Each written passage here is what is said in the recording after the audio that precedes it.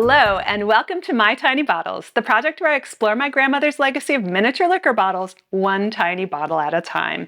I'm your host, Tammy Coxon. Bottle number 11 is another half-empty plastic bottle, this time of dark rum. The label describes the rum as being a rare blend of fine Canadian and imported rums, which is pretty unusual. Parts of Canada have a long history of drinking rum, especially Newfoundland Screech, but it's not something we think of as being made in Canada. Unfortunately, I couldn't find anything out about that, or much of anything about the company that made it, Arctica Distilling Corporation in Vancouver, British Columbia, Canada.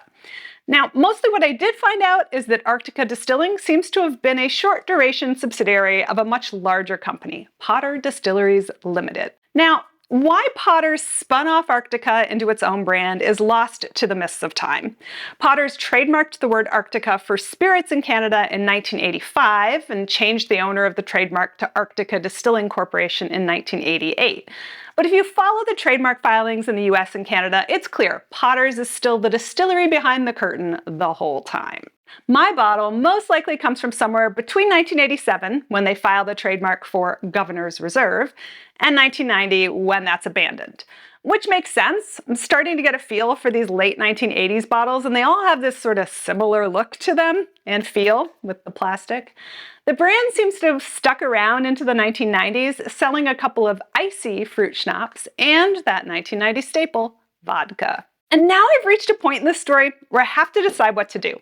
And where not knowing what bottles are in those bins is a big liability. Because Potter's, it was a huge Canadian brand. They had tentacles that stretched into several US states. Unlike Arctica, they have a really interesting brand backstory.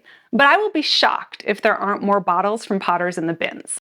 They were headquartered in British Columbia, where my grandmother's eldest daughter lived, so I'm sure my grandma visited there during her collecting period, or maybe my aunt brought her bottles.